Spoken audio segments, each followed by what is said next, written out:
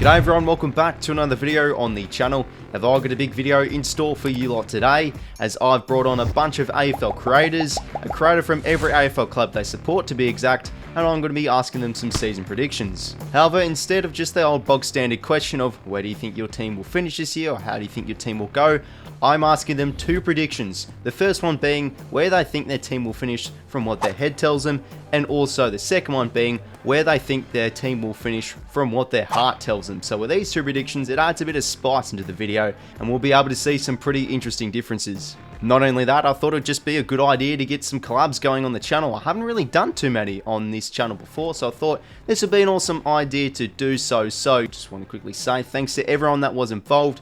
Description down below. Everyone that was involved in today's video, all their details will be down below there. So some awesome people have gone on today. Just in case if anyone is wondering, I'm going to be doing my season predictions the following week after this video is out. So I guess you could say this video is about what the creators think, not necessarily just what I think. So it's going to be a pretty long but detailed video. So simply we'll go through every AFL club, react to each creator's predictions, and one by one, as you can see on your screens right now, we'll be going and filling in our mind versus heart ladder, so we can sort of connect the pieces, connect the jigsaw puzzle, and see the differences, which should be pretty interesting. So once again, thanks to everyone who has joined into today's video, and as per usual, we'll kick it off with the Adelaide Crows, and we have brought on Jords from Fantasy Take TV. Jords here from the Fantasy Take TV Supercoach podcast and YouTube channel, and also massive Crow supporter. Got to be realistic here with the Crows. Understand that we are the second youngest list in the AFL, a little bit inexperienced in key position down back. So I reckon we'll finish about between 11th and 13th. So that's where the head is at. That's where I think we'll finish. But the heart says for me, you know, we're starting to see a few of our players come on. Riley Thilthorpe's really exciting, a bit more ruck time for him. We've acquired Isaac Rankin, and I think Sam Berry's going to have a massive year, so I'm really excited for that. So hopefully with those talents and a few others coming through, we can finish just outside the 8. I think realistically about 9 wins for us, probably around 12th. Okay, so Jords has some pretty interesting predictions there. I sort of really like the optimism that he has provided. And I guess you could say this is a lot of Crows fans this year. They're sensing that they are a team that's going to rise up the ladder, which I totally understand, because you saw from last year, yes, they lack polish. Yes, they lack consistency, but they've built a very strong foundation of just very disciplined and hard-working, and you've got to really grind down Adelaide to actually beat them. And I think it's because of this man, Darren Burgess, such a huge influence to the club. And you saw what he did at the Demons. It took him around 2 years for the side to fully come to fruition with their fitness. It was there 2020, and then 2021, they won the flag. And like he said, yes, the Crows are one of the youngest teams in the competition, so it's players like Rochelle and Thilthorpe, can they have their sort of bracket years? Sam Berry could go to the next level as well. And let's not forget the acquisition of Isaac Rankin. He could potentially come in and maybe kick 35, 40 goals plus this season. So I think they're a side not to write off the Crows. I totally understand that because of how they played last year, accountable football and the fitness standards raised, they are a team that could rise up the ladder in 2023. So I like what Jords have said there, 12th for the head and 9th for the heart. So we'll move on now to the Brizzy Lions, and we have gone on the great man of Supercoach with DR. G'day guys, DR here. Now, if you're asking me to go with my heart, I say that the Lions are an absolute shoo-in to take home the premiership this year. We've only lost Dan McStay from our best 22. Gunston comes in as that ideal replacement. We bring in the 2023 Brownlow medalist in Josh Dunkley, the Rising Star winner in Will Ashcroft, and what a nice little Irish cherry on top. Connor McKenna comes in for peanuts on our rookie list. We've got the most potent forward line. 8 players kicked 20 or more goals last year. And what a lovely way to celebrate the 20th anniversary of our 2003 premiership by taking home some more silverware this year. But if I'm going with my head, things aren't as rosy as they seem. We do have a bit of a gaping hole in our list, and that's some big man support for Harris Andrews down back with Adams gone for the season. It's up to players like Payne, even Joyce, to come in to fill that void for the season, and that does leave me a little bit nervous. It's still undecided whether or not we can compete with Geelong. So conservatively, I think we finish top 4. Hopefully, I say we're going to finish second by the end of round 23. Rightio, well, so DR with a huge call there, with the heart reckons they can win the flag, and sort of the head backtracks, and he still thinks they can finish top 4, which I totally agree with. I guess I feel the Lions are probably one of the most ready sides to make the grand final this year. They were really good in the finals last year. They exceeded everyone's expectations. Of course, they went down to a Geelong side where they just looked way too good. So I guess you could say they sort of looked promising, sort of aspects they showed. Yes, they can go and beat the Demons at the MCG in a finals. So that gives them a bit of visual promise this year of, hey, we've been here before, we can take that extra step and make the grand final in 2023. Everywhere you look, the midfield, Adding and Dunkley looks absolutely primed. I absolutely rate the acquisition of Jack Gunston, an extra focal point in attack. There's a lot of promising factors. Yes, I still like to look at their back line. No Marcus Adams. You've got, as DR said, you've got to have Darragh Joyce or someone like Jack Payne or Fullerton to really lift this year for the Brizzy Lions. Especially Harris Andrews. I think he's got to be a player that's really going to improve and show sort of his All-Australian form like he did a few years back. So yeah, DR with some big calls there. So now we'll move on to the Blue Baggers, the Carlton Blues, and we have gotten on Pommy from Oz. I'm PommyinOZ, AFL YouTuber, and on Blue Abroad. Where will Carlton finish using my head? That is a tough one. My brain tells me that usually when you finish 9th or 10th, genuinely two sides drop out of the AFL ladder every year. So I would say that would have me saying 6th, conservatively 6th. That's where I've been quite consistent as well. I think 6th is a good position for Carlton. Do I think we're top 4? I think we've got the chance to, but I do think the way we are, still a learning side when it comes to playing games that matter unless it includes the number 1 draft pick. I think it's still a work in development, so I think 6th, and I'll be happy with 6th. I think that's my bare minimum requirement. As for where it is matters of the heart, where does my heart tell me? My heart tells me we will finish top 4. I am very hopeful. I think there's a good argument to say if Carlton don't finish top 4, we'll be exceptionally disappointed. And my mental state to guarantee and survive last year was we finished in the 8th and got knocked out the first time. That was how my brain works. I hope the boys take it in. So I'm going to say Carlton will finish 3rd with my heart. And for an added bonus, just behind Brisbane and Geelong. Carlton for me is a really intriguing side heading into 2023. I think last year, a lot of people thought it was a bit of a disaster finishing off the year. I totally understand that, but I like to look at it as a year they just dipped their toes into the water of experiencing of, hey, this is what football's like at the top grade. And yes, they fell short and they lost against teams that were above them, but they did have a lot of scalps last year. Wins against Sydney and Richmond early in the year, and some good taste of getting those wins and seeing what life was like in the top 8 and etc. And usually if a team does get eliminated, like from a final series or gets out of the 8 by such small margins, that usually gives the team a bit of motivation the next year. So I can definitely see the upside in this list. For me, Carlton, if they stay fully fit, I reckon they could be a genuine side this year. So fair comments from Pommy, really. Being conservative with 6th place, I think they should be a finals team if every Carlton member is fit this year. The spine is probably one of the best in the competition. Such good forward duo, and Kono Mackay. Very good contested side as well. Wiedering, cool to have an All-Australian year. It's about their role players, though, the Blues. I think they've got to really show enough output to a lot of their stars, because I still think the difference between their best players, Carlton, and their worst, like the bottom 3, bottom 6 players, there is a bit of a gap compared to other teams. So if they can really lift their games, I think Carlton should be a finals team. But yeah, Pommy, I like it. I think with a heart, it's fair enough. Top 4, brain, sort of, yep, being a bit conservative with 6th place. But yeah, I like what Pommy had to say there. So yeah, now we'll move on to the Magpies. And of course, we had to bring on the great man of Swoop, Luke. What is going on? I'm Swoop Luke, and I need to give you a head and heart prediction for Collingwood's 2023 season. Now, the thing is, my head and my heart say exactly the same thing. With the addition of Tom Mitchell, Dan McStay, Billy Frampton, we are going to go one better. We're going to make a grand final. We're going to win a grand final. And we're going to bring the 16th premiership home. It is going to be there in our trophy room at the AIA Centre. So my prediction is that we win the premiership.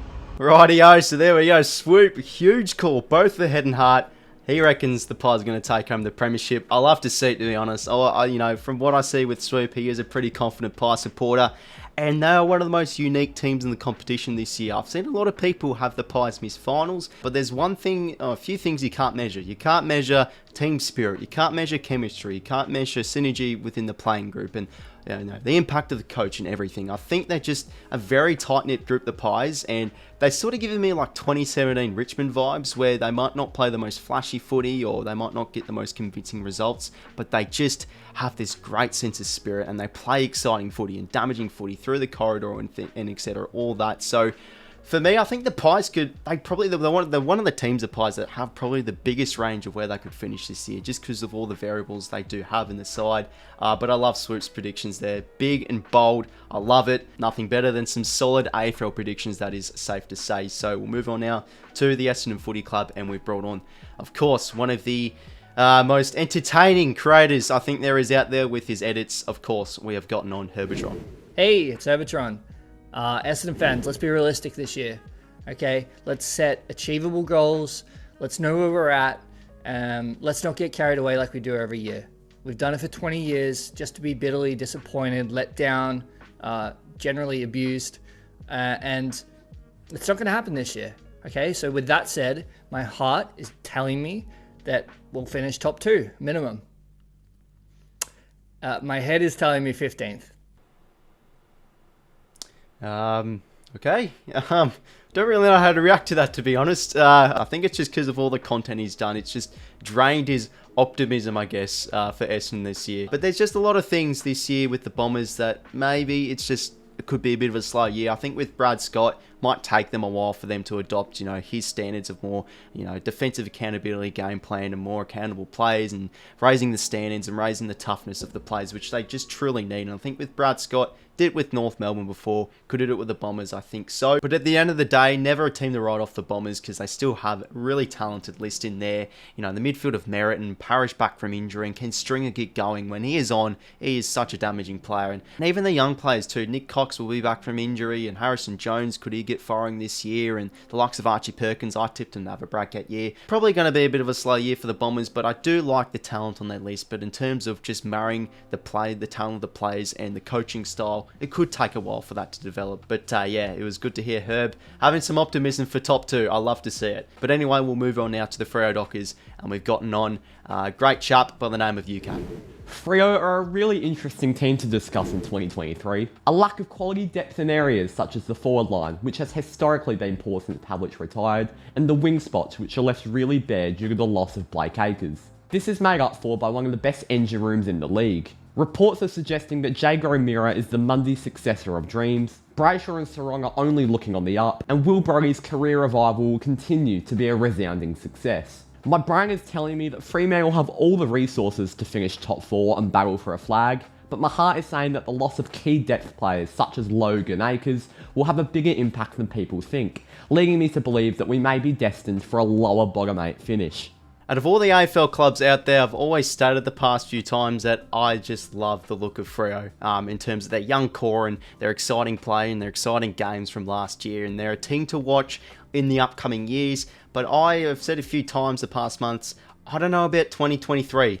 Are they gonna, show some dominance in the forward line? That's where they really need to improve. They failed to put on a lot of scoreboard pressure with a lot of games last year, hence a few losses when it mattered. And they had games last year where they just seemed to be outcoached, whether it was against Sydney or against the Demons, those big losses there.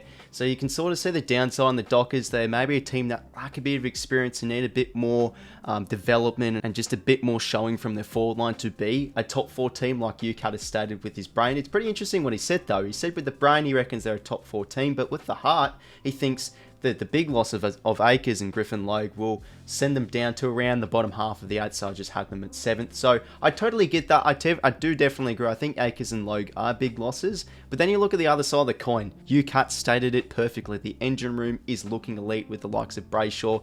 Potentially could he have a Brownlow around his neck at the end of 2023, and I think they're a genuine chance for the top 4 too, but they could be a bit of anywhere in terms of 2023. There's still a few factors that I'm not too sure on for this year. But in terms of what UCATT says, he is pretty confident the Dockers can make finals, which I think is quite agreeable. I reckon they are a team that should be making finals in 2023. So great to hear from what UCATT had to say there. As we'll move on now to the Geelong segment, and we have gotten on Ben from The Hoop Show.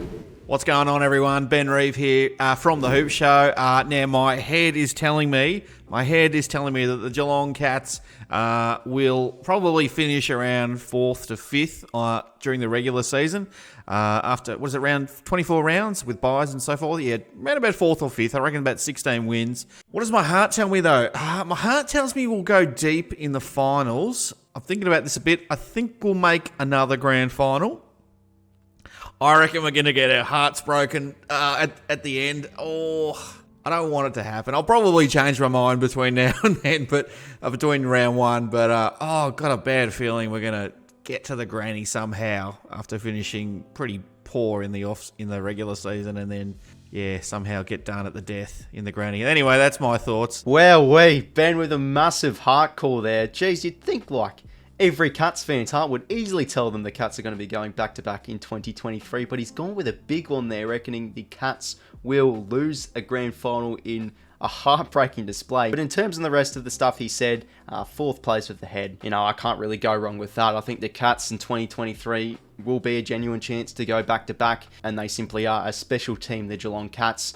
In the off-season, they weren't, just sitting back, celebrating, letting players retire. They wanted to be active. They brought in Jack Bowes, Pick 7, Jai Clark, Tannen Bruin, Ollie Henry. Apparently he's training the house down. So you can see now the crop of youngsters they've brought in, and they're rising. So it's just like a never-ending cycle of success, it seems to be, down at Geelong, which I just love to see. That's, I've just tremendous respect for the Cats, and for me, they should be another top 4 team this year. So balanced in defence, midfield, attack. They're just the perfect team, really. And in 2023, I think, from what Ben said, totally agree. I reckon they'll repeat that. They'll make top 4. I'm still surprised on that Heart call, missing out on another flag and losing in the grand final. I mean, who says that for the Heart? But I still respect Ben's call there.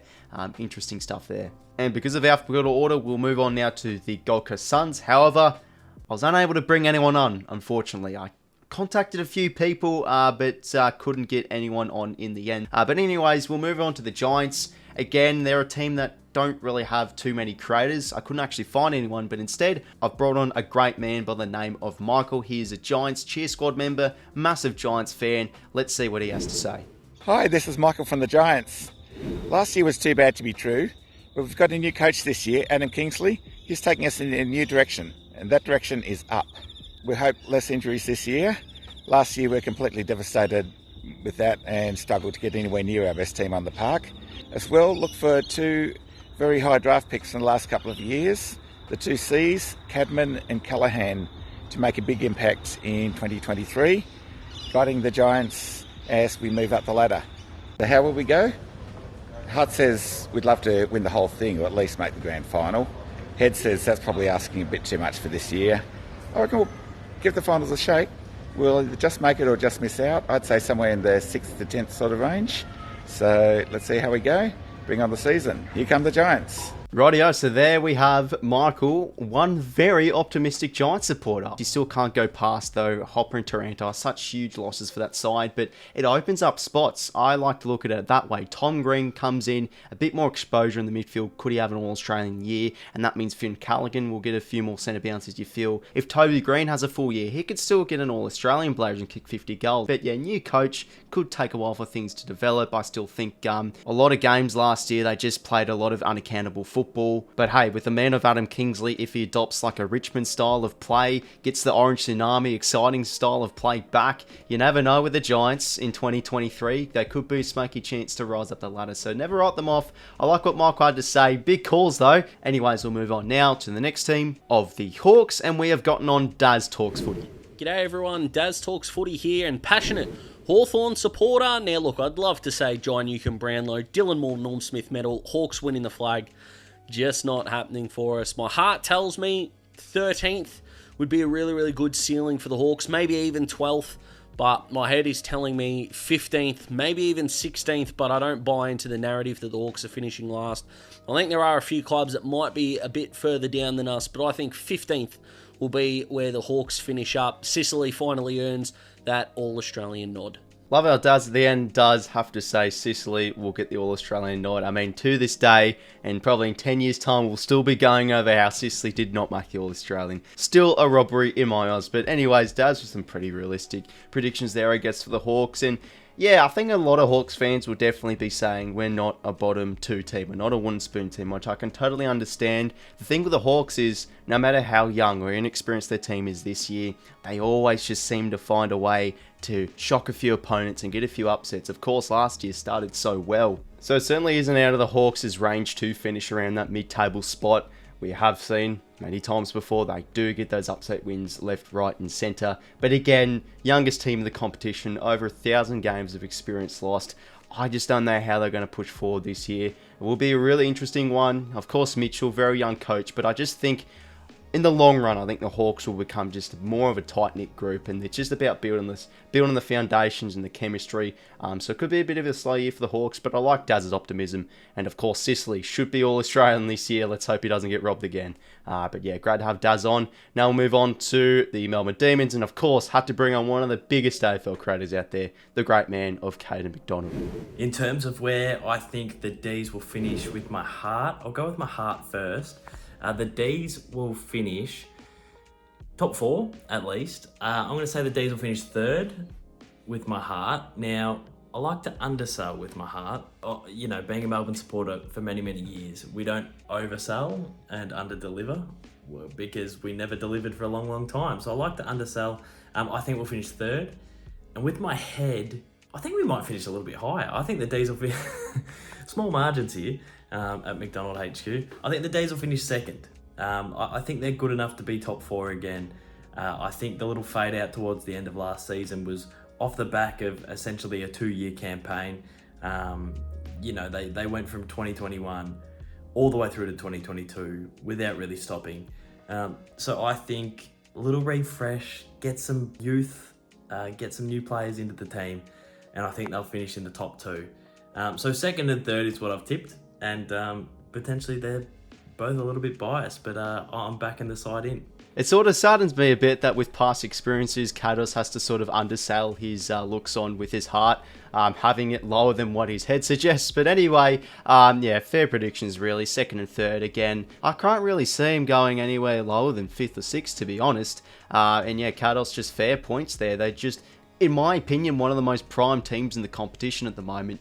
You know, the midfielders looking prime. From what I've heard, they've had some grueling pre-season sessions, so they're just tilting themselves for another chance at footy's greatest prize in 2023. And of course, the main thing that I just want to mention with them is just a lot of people have them missing finals probably because of their forward line. They lost a lot of games last year where they failed to put on scoreboard pressure. And I think the main reason was because as soon as Tom MacDonald went down, they lost their structure. They couldn't get the forward patterns going right. They were just inconsistent in front of goal. The leads were all over the shop. You had like Bailey Fritsch and Cozzy Pickett kicking 2 1/4, and then they just go quiet for the rest of the game. So if they can fix those terms, I think the D's will be a solid top 4 team in 2023. But I'd love to hear the great man of Kados, what he had to say on this video today. Some fair points. We'll move on now to the next team, North Melbourne, and we have gotten on Big J from the centre bounce. North Melbourne. It's an interesting one. I think everyone kind of predicts that their team, or at least they want their team to kind of finish in the top 8, push for finals. So that's where my heart's going this year. My brain's telling me, hey, Big J, you know, I think the team's going to be better than bottom 4. I think we're going to be winning a few extra games then. I think people are going to kind of predict. So I'm going for around the bottom 6 mark. So let's say 12th or 13th on the ladder, finishing there this year. Okay, so Big J, another optimistic fan. I'm loving to see this, to be honest. So a lot of these bottom 4, bottom 6 teams so far, we've seen plenty of optimism and just promise for what they think their season will occur, which I love to see from all these creators. I don't know if I'm pretty sure a lot of people have seen it. The pre-season clips with Alistair Clarkson talking to the group, you just see it and he's like, yep, he knows what he's doing. They just are a team that have now some exciting players. Nick Luck, Cam Zerhart, they can kick bags. In terms of the backline, Ben Mackay, solid interceptor. They've brought in the likes of Liam Shields and Griffin Logue, very underrated player. Darcy Tucker in the midfield too.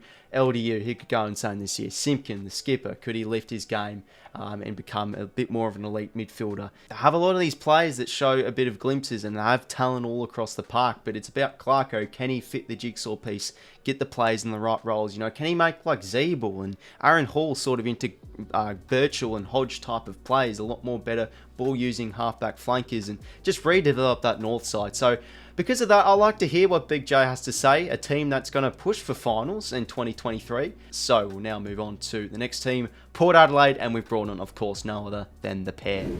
Right, so I'm thinking Port Adelaide with my head. I'm predicting them to finish between 5th and 8th. I'm going to go with 6th. I do feel like that we're going to improve this year. We've got a fairly good crop of players, so hoping my head is correct. Now with my heart, I'm tipping us to win the flag, but my heart is also thinking we could be like 9th, and that's just the passion in me. So let's hope that either way we're making finals and we can do a bit of damage, because otherwise there's going to be a lot of Port fans angry and Ken Hinkley's not going to really have a job. Port Adelaide 2023, you just look at it two ways. You look at it as Ken Hinkley, a lot of the Port fans hate them. They're not going to be making finals. He's out the door. But then the other side of the coin, you just never know with Port Adelaide. Again, one of those teams, they've showed finals qualities. Last year was a season to figure, let's be honest. But there are some good signs for Port Adelaide this year. You know, Jason Horne-Francis into that midfield with the likes of Rosie and Butters could go to the next level. I always like to look at their forward line too. They've just got so many focal points of place that could maybe kick 20 goals plus. Like Junior Rioli and Fantasia, if he's back from injury, they could kick 20 goals plus, the both of them. Jordy Artis, I tipped him to have a breakout year. Charlie Dixon, he still has maybe a year left of just good impact left in him, because he really sets the structure in that forward line. And of course, Todd Marshall, the most accurate set shot from last year. But then in terms of the back line, that's obviously their weak point. You know, Jonas really needs to lift. Same with Alir. He was massive in 2021.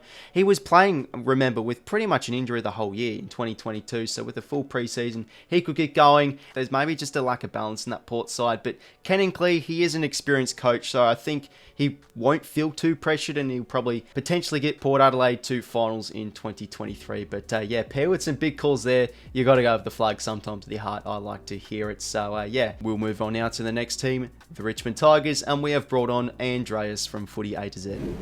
Hey everyone, Andreas here, the A from Footy A2Z. We're on to talk about our team, the Richmond Tigers. So I think with my heart this year, definitely keen to see the Tigers win another premiership. With the recruiting we've done, Hopper and Taranto really fix a lot of the problems that we had last season. And even without those inclusions, we still really matched it really well against some of the best teams. You know, we pushed Geelong. We were unlucky to come away with the result that we did against Brisbane. So definitely optimistic and eager to see us win another premiership this year. Taking a little bit of a step back and putting a bit more of a logical hat on. With my head, I think it's just really congested, the top of the ladder at the moment. There's a lot of really good teams who've actually only got better this off-season. So I think we should still push for a top 4 finish. Making the top 4 is definitely a realistic target for the Tigers this year. And even if we maybe fall a little bit short towards the end of the season, we could still pat ourselves on the back and say that that was a good year.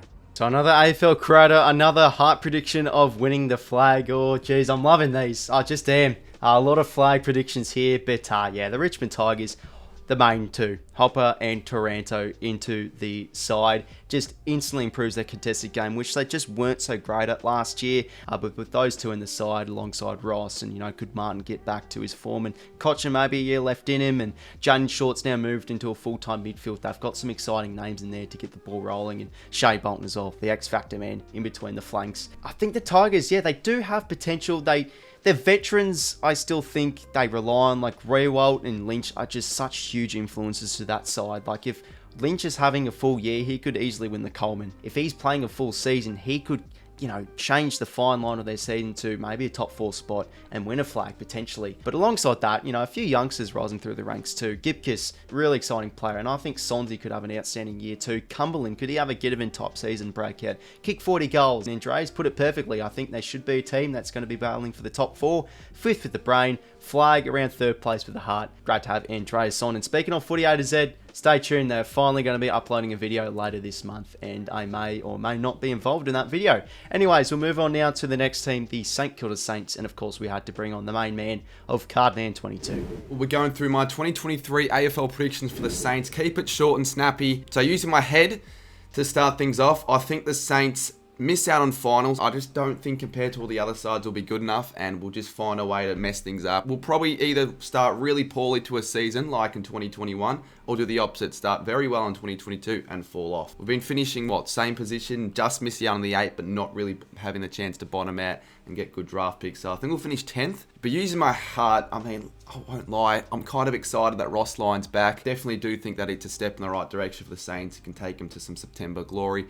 Also, the resurgence of the club legends, Hayes, Goddard, Harvey, just sparks excitement. It's just a new, different feel, new culture in the Saints that, I tell you what, with an easier start to the season, we get off to a good start. I reckon the Saints can genuinely make finals if we just get all things going our way. Also, our 150th year as well, so who knows? I'm going to go St Kilda to finish 6th using my heart. I really like that Cardi stated that about the Saints, the resurgence of their coaches, Ross Lyon back at the helm, and the assistance of Hayes, Goddard, Harvey. That's always a pretty underrated value of a football club. Not many people think about it too much. Assistant coaches, if they are the right people and if the team chemistry is right, that usually translates into just good footy heading into 2023. So I think, off the field, that's probably improved the playing list a lot. But speaking of the playing list, I still don't know. Just the list itself is a big question mark. Are they good enough? The team itself, the players itself. They're one of those teams last year, the Saints, that sort of treated their season like a sprint, not a marathon. So a lot of plays burnt out. But with an experienced coach of line, maybe he just composes the group a bit more and just, sort of takes it week by week. But yeah, in terms of the list, I still don't know. There's, of course, great plays. Don't get me wrong. Steele, Jack Sinclair was one of the best rebounding players last year. But then on the forward half of the ground, Max King out and Hayes out. Kings have played 50 goals, and their injuries worry me a little bit, the Saints, and they're just going to have to rely maybe on the likes of Membry and Higgins and, Butler and like Billings, a lot of those players that show a bit of form, but can they take that next step and show consistency? That's what they need to show this year. So yeah, some pretty big calls there for Cody. Again, they could be anywhere on the ladder. But yeah, love to hear what he had to say. So now we'll move on to the Sydney Swans, of course, the team I support. But as I said earlier in the video, this is about the creators, not necessarily just myself. So instead, I've decided to bring on a great man, an American man by the name of Donnie Hess, or Coach Hess, the co-host of Fourth and Long Media, and also runs the Donnie's Disposals podcast. Coach Donnie Hess here from the Fourth and Long YouTube channel, footy correspondent here and host of Donnie's Disposals. You reached out as a huge Swan supporter. You asked me to do my predictions, head and heart, for the Swans season. If I'm honest, with my head, I think this is a Swans team that I think, again, can be a top four side, but I still at least think they make finals. Yes, the struggling grand final might have hurt them, but I still think they make finals this year. Going with my heart, I think this is potentially a team that can make the grand final if they can actually stay healthy and continue the progression there. So signing off from me. As a fellow Swans man, I think I'm pretty keen on what he had to say there. I'm pretty much 100% agreeable on that. Sydney, yes, huge grand final defeat last year, but it's just the culture within the playing group is something, again, you can't measure, and I think it's such an important factor in what's drove the Sydney team the past 2 years to show some great football and go all the way to an unexpected grand final berth. But yeah, for Sydney this year, it's just about the mental challenge. We know they can play, their pressure was awesome, heavily improved their contested game, but it's about the mix of young players. If they can not get like PTSD from last year, if they can face the mental challenges, because I have a much harder fixture this year, the Sydney Swans, and it's about their veterans too, Mills and Parker, Rampy, and even John Longmire to really get around the young group still. But yeah, Donnie stated it perfectly. They are just a well-run football club, and yeah, from what he stated, they aren't going to be going anywhere, according to him. So yeah, totally agreeable on that as a Swans man myself. But we'll move on now to the West Coast Eagles, and we have gotten on one of the biggest AFL creators out there of true footy. So, predicting where the Eagles will finish in 2023 has been a topic I've been considering a lot this off-season. If I'm picking with my heart and I'm looking at all the talent that this side still has, it hasn't left the list. A lot of it was spent injured last year or COVID or underdone. I think there's a strong reason why the Eagles will be much improved on 2022. Not that that's hard, but everything went wrong. Either way, I'm expecting a really big improvement this year with a lot of guys coming back, new game plan, a lot fitter. It's a very clean bill of health at the Eagles this year. My heart says we can play finals, and I'd probably cap that at probably 8th. I think this side is good enough to be hard to beat at home and good enough to beat some average teams away, which will put them right in the mix for finals. So my heart is saying 8th is possible. But if I'm picking with my head, to be honest, I think you have to also consider the fact that even before the injuries, we started to lose our way a bit big time at the end of 2021. And you also factor in there's a lot of good teams vying for the 8 this year. I think it's going to be a competitive top 10 or so. So there's a lot of teams we have to be better than. To be honest, I think with my head, I can't see us finishing lower than 12th. So my heart says best case scenario, we slide into the top 8.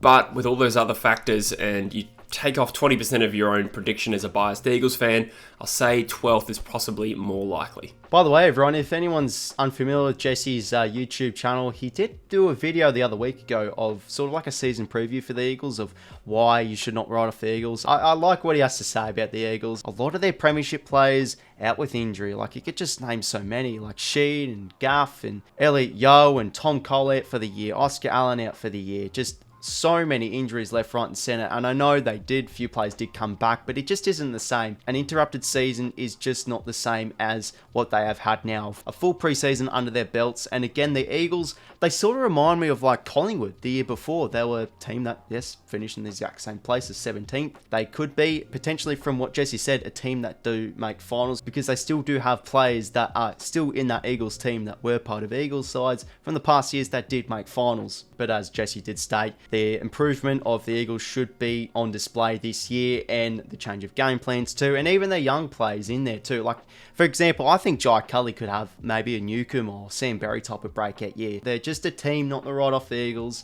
And I know that Jesse's a one-eyed Eagles supporter, but listening what he has to say does really open your mind a bit about the Eagles heading into 2023. So, yep, a team not to write off West Coast, as we'll now move on to the Western Bulldogs, the final team in this video today. And we've brought on, of course, one of the biggest and most passionate sports fans out there of the Bev Show. Where do I think the Western Bulldogs will finish in 2023 according to my head? Well, I think they'll make finals. I think they're capable. Yes, they did scrape in last year, but I like the recruitment of Liam Jones. I think he'll add much needed strength to the defence. I think Rory Lobb will fit in. They've got the talent. They've got the midfield to make finals. Whether they're as good as teams like Brisbane, Geelong, Collingwood, Richmond, you know, those sort of teams that I expect will be there towards the top four, I don't know. But my head is telling me that the Dogs are capable of making finals in 2023. But what does my heart think? Where do I think the Western Bulldogs will finish according to my heart? I think they'll challenge top four, but my heart is telling me they'll finish fifth. I hope my heart is correct. Fingers crossed. Well, there we are. Very composed Bev giving his predictions. And yeah, to be honest, I think the Bulldogs are just such a talented list. Left, right and centre, and Bev stated it perfectly. The talent in the midfield and down forward, just so many names in there that can really get the ball rolling. But then on the other side of the coin, the Bulldogs were just awful at defending transition, and defensive-wise they were not so great. So Bevo is a very under pressure coach this year, so he's got to get players playing the right positions, the right magnets on the board, and yep, they should be a team that is making finals if they get things clicking, because they still are such a strong contested side, which does usually translate into wins. So yeah, Bev, yeah, it's a bit odd to not see him fire up and say doggies, doggies, doggies and everything, but no, he does make some great points on the Bulldogs this year. They should be a team that's going to make finals, and yeah, very exciting plays still in that side, and yeah, team not to write off. Again, if things are clicking, they could be a team that's returning back into top four from 2021. Righty, everyone. So now that is every AFL team, except Gold Coast again, I'm sorry, with their head and heart table. This is why I wanted to do it one by one, because now we can see some pretty intriguing sort of results. We have, of course, a lot of the clubs with optimism, hence why there's no one going with 18th, 17th, and 16th with their head and heart. But then, interestingly, no one decided to have their team for the minor premiership. No one stated it in their videos. A few people for the flag, but no one for first place. So pretty interesting, but a lot of teams pushing into finals, we can see. Like True Footy with the Eagles, and you've got, of course, Cardi with the Saints. So a few teams that maybe finals is a bridge too far for them, but they have good feelings of the heart. But just overall, a lot of teams pushing up the ladder this year. This is the thing with predictions. Every single year, teams are talked up. Not every team, of course, is going to rise. There are going to be a few teams that fall, but it was awesome to have this little table here to see some pretty interesting differences, that is safe to say. So everyone, that is the end of today's video. Almost a 40-minute long video, so a very long video, but it was always bound to be with me reacting to all these awesome creators' predictions. So once again, thank you very much for every single creator who was in today's video. Make sure to check out all their details in the description down below. Heavily appreciated. Take time out of their schedules and to join today's video. And thank you for tuning into today's video. Heavily appreciated. Make sure to leave a like and subscribe if you wanted to enjoy. And until next time, I will talk to you later. See you later, fellas.